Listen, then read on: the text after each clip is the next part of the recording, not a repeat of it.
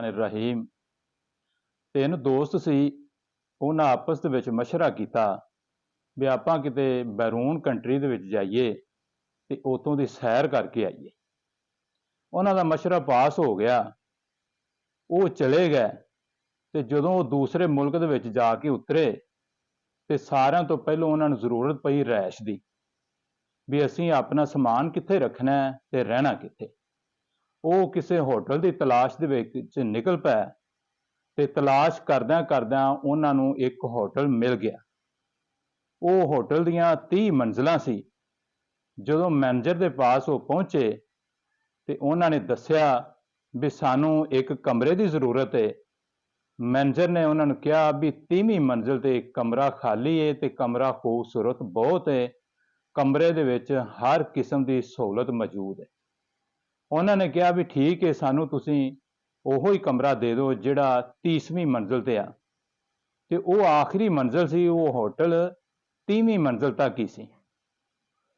ਉਹ 30ਵੀਂ ਮੰਜ਼ਿਲ ਤੇ ਚਲੇ ਗਿਆ ਲਿਫਟ ਦੇ ਜ਼ਰੀਏ ਤੇ ਜਾ ਕੇ ਉਹਨਾਂ ਆਪਣਾ ਕਮਰਾ ਖੋਲ੍ਹਿਆ ਤੇ ਖੋਲ ਕੇ ਤੇ ਆਪਣਾ ਸਾਰਾ ਸਾਜ਼ੋ ਸਮਾਨ ਉੱਤੇ ਰੱਖ ਦਿੱਤਾ ਤੇ ਉੱਤੇ ਉਹਨਾਂ ਆਰਾਮ ਕੀਤਾ।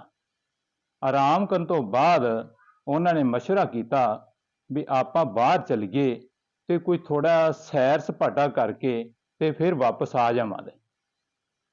ਜਦੋਂ ਉਹ ਲਿਫਟ ਦੇ ਜ਼ਰੀਏ ਨੀਚੇ ਆਏ ਤੇ ਗੇਟ ਨਿਕਲਣ ਲੱਗੇ ਨੇ ਤੇ ਗੇਟ ਦੇ ਉੱਤੇ ਇੱਕ ਨੋਟਿਸ ਬੋਰਡ ਬਣਿਆ ਸੀ, ਉਹਦੇ ਉੱਤੇ ਇੱਕ ਨੋਟਿਸ ਲਿਖਿਆ ਸੀ। ਉਹ ਉਹਨੂੰ ਪੜ੍ਹਨ ਵਾਸਤੇ ਉੱਥੇ ਰੁਕ ਗਏ। ਉਸ ਨੋਟਿਸ ਬੋਰਡ ਦੇ ਉੱਤੇ ਇਹ ਲਿਖਿਆ ਸੀ ਵੀ ਜਿਹੜਾ ਆਦਮੀ ਬਾਹਰ ਜਾਵੇ ਰਾਤ ਦੇ 10 ਵਜੇ ਤੋਂ ਪਹਿਲੋਂ ਉਹ ਵਾਪਸ ਆ ਜਾਵੇ ਤੇ ਆਪਣੇ ਕਮਰੇ ਦੇ ਵਿੱਚ ਚਲਾ ਜਾਵੇ। 10 ਵਜੇ ਲਿਫਟ ਦਾ ਦਰਵਾਜ਼ਾ ਬੰਦ ਹੋ ਜਾਂਦਾ ਹੈ। ਉਹਨਾਂ ਨੇ ਆਪਣੇ ਦਿਲ ਦੇ ਵਿੱਚ ਇਹ ਗੱਲ ਰੱਖੀ ਤੇ ਸਾਰਿਆਂ ਮਸ਼ਵਰਾ ਕਰ ਲਿਆ ਵੀ ਅਸੀਂ 10 ਵਜੇ ਤੋਂ ਪਹਿਲੋਂ ਹੋਟਲ ਵਾਪਸ ਆ ਜਾਵਾਂਗੇ। ਲੇਕਿਨ ਉਹ ਜਦੋਂ ਦੂਰ ਦਰਾਜ਼ ਇਲਾਕੇ ਦੇ ਵਿੱਚ ਨਿਕਲ ਗਏ ਤੇ ਉਹਨਾਂ ਕੋਲੋਂ 10 ਵਜੇ ਤੱਕ ਵਾਪਸ ਨਾ ਆਇਆ ਗਿਆ। 10 ਵਜੇ ਤੋਂ ਬਾਅਦ ਆਣ ਕੇ ਉਹ ਹੋਟਲ ਦੇ ਵਿੱਚ ਦਾਖਲ ਹੋਏ। ਉਹ ਮੈਨੇਜਰ ਦੇ ਕੋਲ ਗਏ, ਉਹਨੂੰ ਕਿਹਾ ਵੀ ਅਸੀਂ ਲੇਟ ਹੋ ਗਏ ਹਾਂ ਤੇ ਲਿਹਾਜ਼ਾ ਲਿਫਟ ਦਾ ਦਰਵਾਜ਼ਾ ਖੋਲ੍ਹਿਆ ਜਾਏ ਤੇ ਸਾਨੂੰ ਜਿਹੜਾ ਨਾ 30ਵੀਂ ਮੰਜ਼ਿਲ ਤੇ ਉੱਥੇ ਅਪੜਾਇਆ ਜਾਏ। ਮੈਨੇਜਰ ਨੇ ਕਿਹਾ ਵੀ ਬਾਹਰ ਨੋਟਿਸ ਬੋਰਡ ਦੇ ਉੱਤੇ ਨੋਟਿਸ ਲੱਗਾ ਹੈ, ਲਿਹਾਜ਼ਾ ਮੈਂ ਉਹਦੀ ਖਿਲਾਫ ਵਰਜ਼ੀ ਨਹੀਂ ਕਰ ਸਕਦਾ। ਤੁਹਾਨੂੰ ਹੁਣ ਸੀੜੀਆਂ ਦੇ ਰਸਤੇ ਜਿਹੜਾ ਉੱਤੇ ਜਾਣਾ ਪੈਣਾ। ਸੀੜੀਆਂ ਬਹੁਤ ਦੂਰ ਦੀਆਂ ਬਣ ਗਈਆਂ ਸੀ। ਇੱਕ ਮੰਜ਼ਿਲ ਦੀਆਂ ਤਕਰੀਬਨ 15-15, 20-20 ਸੀੜੀਆਂ ਸੀ ਤੇ 30 ਮੰਜ਼ਿਲਾਂ ਦੀਆਂ ਬੜੀਆਂ ਜ਼ਿਆਦਾ ਸੀੜੀਆਂ ਬਣ ਜਾਂਦੀਆਂ ਸੀ। ਉੱਥੋਂ ਤੱਕ ਜਾਣਾ ਜਿਹੜਾ ਆਸਾਨੀ ਨਾਲ ਮੁਮਕਿਨ ਨਹੀਂ ਸੀ। ਉਹਨਾਂ ਤਿੰਨਾਂ ਨੇ ਇਹ ਮਸ਼ਵਰਾ ਕੀਤਾ ਵੀ ਪਹਿਲੇ ਨੰਬਰ ਤੇ 10 ਮੰਜ਼ਿਲਾਂ ਆਪਾਂ ਤੈਅ ਕਰੀਏ ਤੇ ਇੱਕ ਆਦਮੀ ਜਿਹੜਾ ਹੈ ਉਹ ਸਾਨੂੰ ਕੋਈ ਲਤੀਫੇ, ਕਹਾਣੀਆਂ ਤੇ ਹਾਸਿਆਂ ਦੀਆਂ ਗੱਲਾਂ ਸੁਣਾਵੇ ਜਿੰਦੇ ਨਾਲ ਸਾਨੂੰ ਸਫ਼ਰ ਮਹਿਸੂਸ ਨਾ ਹੋਵੇ। ਇੱਕ ਆਦਮੀ ਦੀ ਡਿਊਟੀ ਲੱਗ ਗਈ। ਉਸ ਤੋਂ ਬਾਅਦ 21 ਜਿਹੜਾ ਆਪਣਾ 11 ਤੋਂ ਲੈ ਕੇ ਤੇ 20 ਮੰਜ਼ਿਲ ਤੱਕ ਜਿਹੜਾ ਸਫ਼ਰ ਸੀ, ਇਹ ਦੂਸਰੇ ਆਦਮੀ ਦੀ ਡਿਊਟੀ ਉਹਨੇ ਲਾਈ ਵੀ ਤੂੰ ਇਸ ਦੌਰਾਨ ਸਿਆਣੀਆਂ ਗੱਲਾਂ ਕਰਨੀਆਂ ਨੇ, ਸਬਕ ਆਮੋਜ਼ ਕਰਨੀਆਂ ਨੇ ਤੇ ਫਾਇਦੇਮੰਦ, ਇਹਦੇ ਵਿੱਚ ਹਾਸੇ ਦੀ ਗੱਲ ਕੋਈ ਨਾ ਹੋਵੇ। ਉਸ ਤੋਂ ਬਾਅਦ ਤੀਸਰੇ ਆਦਮੀ ਦੀ ਡਿਊਟੀ ਇਹ ਲੱਗੀ ਵੀ ਤੂੰ ਜਦੋਂ 21 ਮੰਜ਼ਿਲ ਤੋਂ ਸ਼ੁਰੂ ਹੋਣਾ ਤੇ 30ਵੀਂ ਮੰਜ਼ਿਲ ਤੱਕ ਦੁੱਖ ਵਾਲੀਆਂ ਗੱਲਾਂ ਕਰਨੀਆਂ ਨੇ, ਪਰੇਸ਼ਾਨੀ ਵਾਲੀਆਂ ਗੱਲਾਂ ਕਰਨੀਆਂ ਨੇ। ਇਹਦੇ ਦੌਰਾਨ ਹੋਰ ਕੋਈ ਗੱਲ ਨਹੀਂ ਕਰਨੀ, ਸਿਰਫ ਪਰੇਸ਼ਾਨੀ ਵਾਲੀਆਂ, ਦੁੱਖ ਵਾਲੀਆਂ ਗੱਲਾਂ ਜਿਹੜੀਆਂ ਨੇ ਉਹ ਕਰਨੀਆਂ ਨੇ ਤੇ ਇਹ ਅਸੀਂ ਮੰਜ਼ਿਲ ਜਿਹੜੀ ਹੈ ਨਾ ਇਹ 30ਵੀਂ ਤੱਕ ਅਸੀਂ ਪਹੁੰਚ ਜਾਵਾਂਗੇ। ਉਹਨਾਂ ਪਹਿਲੀ ਮੰਜ਼ਿਲ ਤੋਂ ਆਪਣਾ ਸਫ਼ਰ ਸ਼ੁਰੂ ਕਰ ਦਿੱਤਾ ਤੇ ਉਹ ਜਿਹੜੇ ਬੰਦੇ ਦੀ ਡਿਊਟੀ ਸੀ ਗੱਲਾਂ ਕਰਨ ਦੀ, ਉਹ ਹਾਸੇ ਤੇ ਲਤੀਫੇ ਸੁਣਾਉਣ ਲੱਗ ਪਿਆ ਤੇ ਉਹਨੇ ਇੰਨੇ ਹਾਸੇ ਤੇ ਲਤੀਫੇ ਉਹਨਾਂ ਨੂੰ ਸੁਣਾਏ ਵੀ ਹੱਸ ਕੇ ਉਹਨਾਂ ਦੇ ਪੇਟ ਦੇ ਵਿੱਚ ਦਰਦ ਸ਼ੁਰੂ ਹੋ ਗਈ ਤੇ ਉਹਨਾਂ ਨੂੰ ਇਹ ਪਤਾ ਹੀ ਨਾ ਲੱਗਾ ਵੀ 10 ਮੰਜ਼ਿਲਾਂ ਕਦੋਂ ਤੈਅ ਹੋ ਗਈਆਂ। ਉਸ ਤੋਂ ਬਾਅਦ ਦੂਸਰੇ ਆਦਮੀ ਦਾ ਨੰਬਰ ਆ ਗਿਆ। ਉਹਨੇ ਸਿਆਣੀਆਂ ਗੱਲਾਂ ਸ਼ੁਰੂ ਕਰ ਦਿੱਤੀਆਂ ਤੇ 11ਵੀਂ ਮੰਜ਼ਿਲ ਤੋਂ ਲੈ ਕੇ ਤੇ 20ਵੀਂ ਮੰਜ਼ਿਲ ਤੱਕ ਉਹਨਾਂ ਨੇ ਇਹ ਸਫ਼ਰ ਕੀਤਾ ਤੇ ਜਿੰਦੇ ਦੌਰਾਨ ਉਹ ਬੜੀਆਂ ਅੱਛੀਆਂ, ਸਬਕ ਆਮੋਜ਼ ਤੇ ਬੜੀਆਂ ਸਿਆਣੀਆਂ ਗੱਲਾਂ ਕਰਦਾ ਰਿਹਾ। ਉਸ ਤੋਂ ਬਾਅਦ 20 ਮੰਜ਼ਿਲਾਂ ਮੁਕੰਮਲ ਹੋ ਗਈਆਂ। ਜਦੋਂ 21ਵੀਂ ਮੰਜ਼ਿਲ ਸ਼ੁਰੂ ਹੋ ਗਈ ਤੇ ਤੀਸਰੇ ਆਦਮੀ ਨੇ ਬੜੀ ਪਰੇਸ਼ਾਨੀ ਵਾਲੀਆਂ ਗੱਲਾਂ ਸ਼ੁਰੂ ਕਰ ਦਿੱਤੀਆਂ।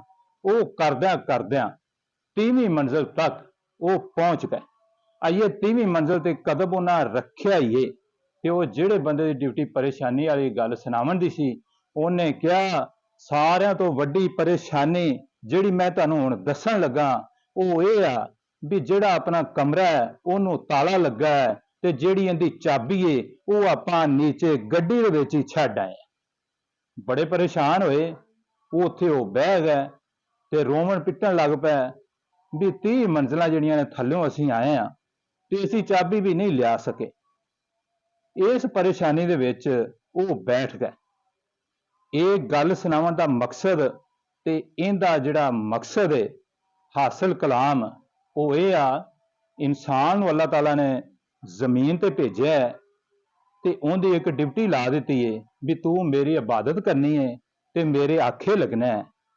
ਲੇਕਿਨ ਇਨਸਾਨ ਜਿਹੜਾ ਆਪਣੇ ਕੰਮਾਂ ਕਾਰਾਂ ਦੇ ਵਿੱਚ ਲੱਗ ਪਿਆ ਹੈ। ਕੁਝ ਲੋਕ ਜਿਹੜੇ ਨੇ ਉਹ ਜੰਨਤ ਦੀ ਤਿਆਰੀ ਦੇ ਵਿੱਚ ਲੱਗੇ। ਜੰਨਤ ਜਿਹੜੀ ਹੈ ਐਵੇਂ ਕੋਈ ਖੁੱਲਾ ਮੈਦਾਨ ਨਹੀਂ ਹੈਗਾ। ਜੰਨਤ ਜਿਹੜੀ ਹੈ ਉਹ ਬੜੀ ਇੱਕ ਮਹਿਫੂਜ਼, ਬੜੀ ਖੂਬਸੂਰਤ, ਬੜੀ ਕੀਮਤੀ ਜਗ੍ਹਾ ਹੈ। ਉਹਨੂੰ ਵੀ ਇੱਕ ਤਾਲਾ ਲੱਗਾ ਹੈ।